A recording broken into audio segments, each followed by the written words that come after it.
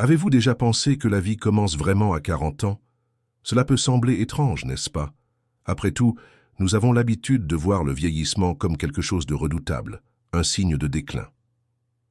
La culture populaire parle beaucoup de la crise de la quarantaine, cette phase de décisions impulsives et de tentatives désespérées pour maintenir la jeunesse. Mais et si, en réalité, la quarantaine était une période de renouveau? Et si, au lieu d'un déclin, c'était un nouveau commencement? Le psychologue Carl Jung, l'un des plus influents du XXe siècle, a proposé exactement cela. Les 40 premières années de la vie ne sont pas la fin, mais simplement la préparation à ce qui va venir. Jung croyait que la vraie vie commence lorsque nous atteignons cette phase, et les années passées avant cela sont comme une sorte de recherche, une quête de réponses que nous ne savons pas encore. Alors pourquoi voyons-nous la quarantaine sous un jour si négatif? Ce que nous perdons en vieillissant et ce que nous pouvons gagner avec le temps qui reste devant nous? C'est le sujet central de cette vidéo, et je vous invite à réfléchir à cela tout au long de notre discussion. Si vous croyez aussi que la quarantaine peut être une phase de renouveau et non une crise, n'oubliez pas de cliquer sur le bouton « S'abonner » ci-dessous pour continuer à recevoir des conseils précieux sur la vie et la santé. Et s'il vous plaît, laissez un commentaire avec un mot ou un numéro qui représente ce que vous ressentez à propos de ce sujet. Aimer et partager cette vidéo aide aussi à diffuser ce message important. Restez avec nous, car à la fin de cette vidéo, j'ai un message très spécial pour vous. Commençons. Lorsque nous regardons les 40 premières années de notre vie, nous pensons souvent que nous ne faisons que traverser une phase de test, une période où nous cherchons à comprendre qui nous sommes et ce que nous voulons faire. Cette période est essentielle, car c'est là que nous accumulons nos expériences, que nous apprenons sur le monde qui nous entoure, et plus important encore, que nous commençons à construire notre identité. C'est la phase où nous cherchons le bonheur et souvent, nous essayons de trouver des réponses à des questions comme « Qui suis-je? Que veux-je vraiment de la vie? Et comment vais-je être heureux ?» Cependant, nous n'avons pas toujours de réponse complète à ces questions pendant nos premières années d'adultes. Nous cherchons à réussir, à être reconnus, à trouver quelque chose qui nous fasse sentir complets. Mais souvent, ce qui semble être la réponse se révèle insatisfaisant. En vieillissant, nous réalisons que le succès externe ne nous apporte pas toujours le contentement que nous attendions. En vérité, comme le disait Jung, les premières années de la vie ne sont pas la fin, mais la préparation à quelque chose de plus grand, quelque chose de plus profond à venir.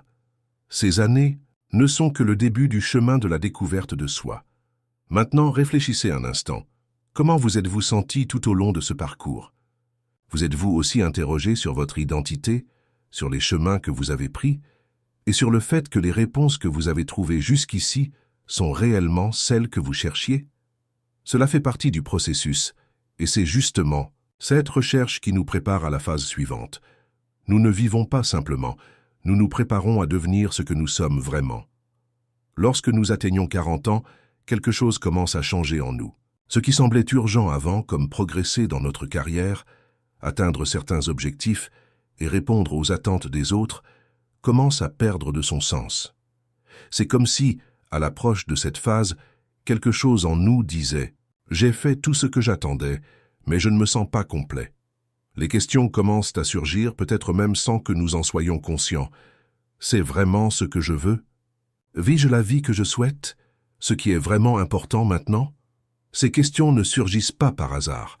Elles font partie d'un processus naturel de transformation. Jung a appelé cela l'individuation. C'est le processus qui consiste à devenir entier, à vivre selon notre véritable essence. Ce qui semblait être l'objectif de la vie, conquérir, gagner, prouver notre valeur, commence à perdre son pouvoir. Les anciennes définitions du succès tombent, et la vie nous demande de prendre du recul et de réfléchir à qui nous sommes réellement. Cette phase de transition peut être difficile, mais elle est aussi libératrice. En nous demandant ce que nous avons fait jusqu'ici, nous commençons à réaliser que beaucoup des choix que nous avons faits ont été guidés par des attentes extérieures. Le grand défi maintenant est de briser ces chaînes et de vivre selon nos propres termes. Ce n'est pas une crise, mais bien une opportunité de se réinventer, de se libérer des limitations que nous nous sommes imposées ou que la société nous a imposés. À mesure que nous nous rapprochons de la mi-vie, un aspect important de notre parcours commence à se faire jour. L'ombre. L'ombre, comme Jung l'a décrite, est tout ce que nous rejetons ou ignorons en nous-mêmes, nos peurs, nos insécurités, nos désirs inassouvis, et même les aspects de notre personnalité que nous ne voulons pas admettre. Pendant de nombreuses années, nous vivons avec cette ombre, souvent sans réaliser qu'elle est là, influençant nos choix et nos actions. Mais à mesure que la vie avance, l'ombre commence à se révéler. Il n'est plus possible de l'ignorer. C'est à ce moment-là, lorsque nous commençons à remettre en question notre identité et le but de notre vie, que nous sommes confrontés à cette partie cachée de nous-mêmes. Et bien que confronter l'ombre puisse être inconfortable et même douloureux, c'est absolument essentiel pour notre croissance personnelle. Ce n'est qu'en acceptant ces aspects sombres que nous pouvons devenir entiers, ou comme Jung l'a dit, intégrer toutes les parties de nous-mêmes.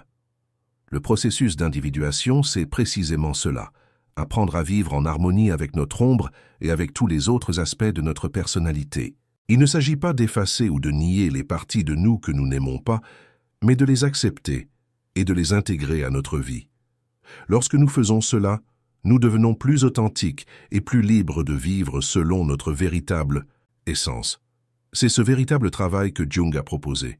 Ne pas seulement améliorer les aspects positifs de notre personnalité, mais aussi embrasser les parties les plus difficiles et les plus complexes à affronter. Au fil des ans, nos priorités commencent à changer de manière notable. Quand nous étions plus jeunes, nous étions animés par l'ambition de conquérir, de prouver notre valeur au monde et d'atteindre un succès externe qui, souvent, était aligné avec ce que les autres attendaient de nous.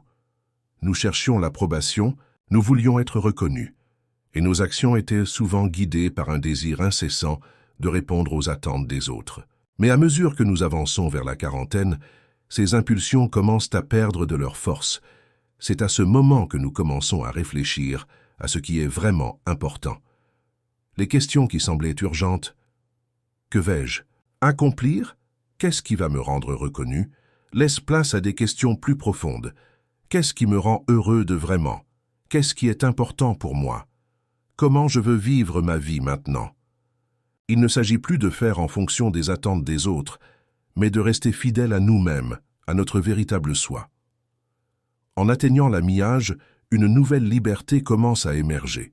La vie, qui était auparavant guidée par des attentes externes, des ambitions et des désirs d'approbation, commence à être vécue de manière plus authentique et vraie.